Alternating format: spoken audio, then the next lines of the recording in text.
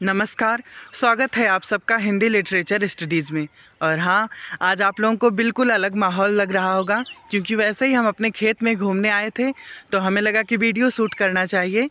और फिर भी ये कोई ब्लॉगिंग से संबंधित वीडियो नहीं है, तो सीधे हम अपने टॉपिक पे आते हैं। जैसा कि इस समय हम हाई स्कूल की हिंदी कवर कर रहे हैं, तो पिछली वीडियो में हमने धनुष भंग की व्याख्या को देखा, जो गोस्वामी तुलसीदास जी द्वारा रचित है।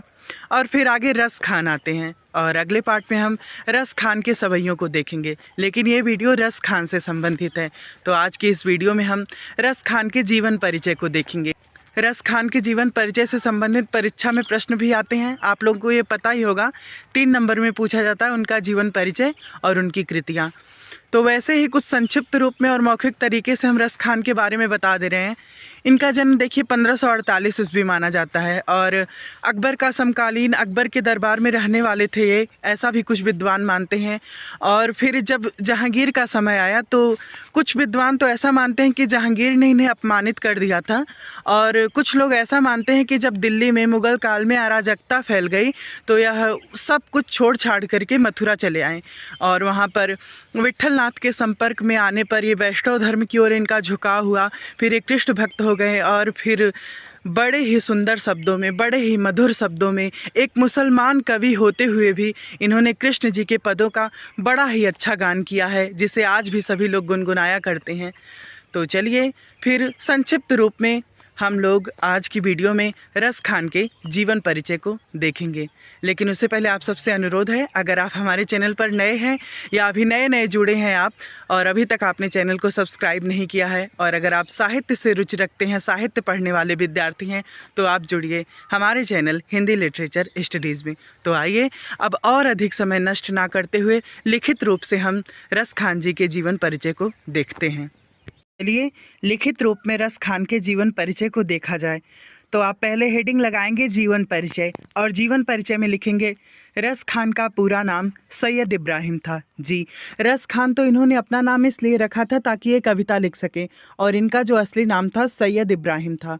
और आप लोगों को बता दें कि हाई स्कूल स्तर पर जीवन परिचय पूछा जाता है, और इंटरमीडिएट लेवल पर साहित्यिक परिचय पूछा जाता है। तो हाई स्कूल में आप जीवन परिचय लिखेंगे और थोड़ा सा साहित्यिक परिचय उसमें शामिल करेंगे। तो चलिए देखा जाए।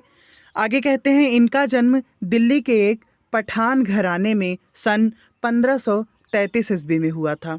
और फिर आगे है विट्ठल नाथ के संपर्क में आने के बाद। हमने बताया कि ये विट्ठल नाथ के संपर्क में आए थे तो इनके जीवन में परिवर्तन हुआ। परिवर्तन यह हुआ कि इनका झुकाव जो है वैष्णव धर्म की ओर हुआ, और ये फिर कृष्ण जी के अनन्य भक्त हो गए। देखिए आगे लिखा ही है कि विट्ठल नाथ के कारण इनका झुकाव जो है वैष्णव धर्म की ओर हुआ, और फिर जो है ये कृष्ण जी के सच्चे भक्त हो गए।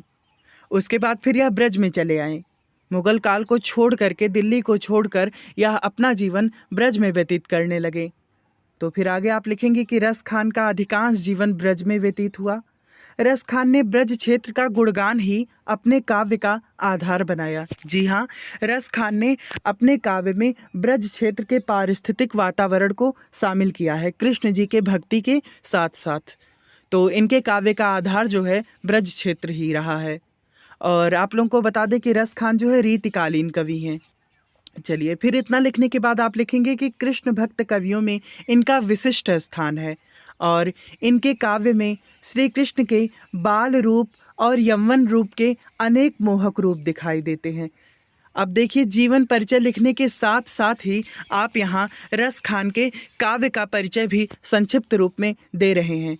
कह रहे हैं कि इनके काव्य में श्री कृष्ण के बाल रूप और यौवन रूप के अनेक मोहक रूप दिखाई देते हैं।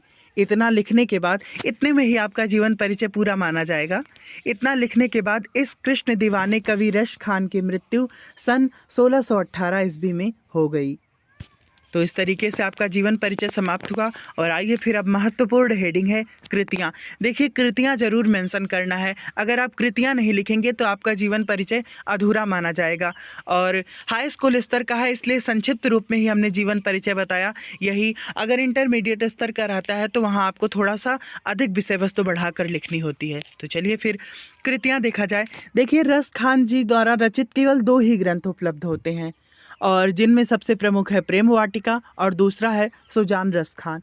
यही इनके 2 ग्रंथ उपलब्ध हैं, तो आप आराम से कृतियाँ लिख सकते हैं। तो चलिए, कृतियाँ के बाद सबसे महत्वपूर्ण शब्द है। देखिए, आपके जीवन को एक सुदृढ़, परिष्कृत और परिमार्जित रूप देने के लिए कोटेशन बहुत ही जरूरी होता है। कोटेशन का अर्थ होता है कि संबंधित कवि या लेखक जिसके बारे में आप जीवन परिचय में उनका जीवन वृत्तांत, साहित्यिक वृत्तांत लिख रहे हैं, तो उनके बारे में कुछ कथन लिखिए, उनकी विशेषताओं के ऊपर कुछ कथन लिखिए। तो देखिए, यही कथन उपलब्ध होता है। कहते हैं, हिंदी साहित्य में रस खान का महत्वपूर्ण स्थान है। इनके काव्य में सरसता, सरलता, सुबोधता और प्रभावोत्पादकता जैसे उत्तम गुण विद्यमान है। और आगे आप लिखेंगे कि रस खान ने एक मुसलमान होते हुए भी एक ऐसे काव्य की रचना की जिसे असंख्य हिंदू गाकर आत्मविभोर हो जाते हैं। जी हाँ, इनके पद को आज भी लोग गुनगुनाया करते हैं। तो ये रहा रस खान की विशेषताओं के ऊपर कथन। इसे आप सबसे प्रारंभ में भी लिख सकते हैं और या तो आप इसे लास्ट में लिख सकते हैं, लेकिन जीवन परिचय में इस कथन को आपको जरूर लिखना है। यह आपका नंबर बढ़ाने में आपकी मदद कर सकता है। तो संक्षिप्त रूप से और लिखित रूप से हमने इस तरीके से रस खान जी के जीवन परिचय को ख़त्म किया है। और फिर अगले वीडियो में हम रस खान जी के पद मानुष्य हों तो वही रस खानी, बसों ब्रज गोकुल गांव की ग्वारन, इस पद की व्याख्या करेंगे। तो अगले कंटेंट के लिए आप हमारे चैनल हिंदी लिटरेचर स्टडीज़ से जुड़ सकते हैं। और इतने समय तक हमारे साथ बने रहने के लिए आप सभी लोगों का धन्यवाद। मिलते हैं अगली किसी वीडियो में, अगले किसी प्रकरण में, अगले किसी विषय वस्तु में। तब तक के लिए अपना बहुत बहुत ख्याल रखिए। धन्यवाद।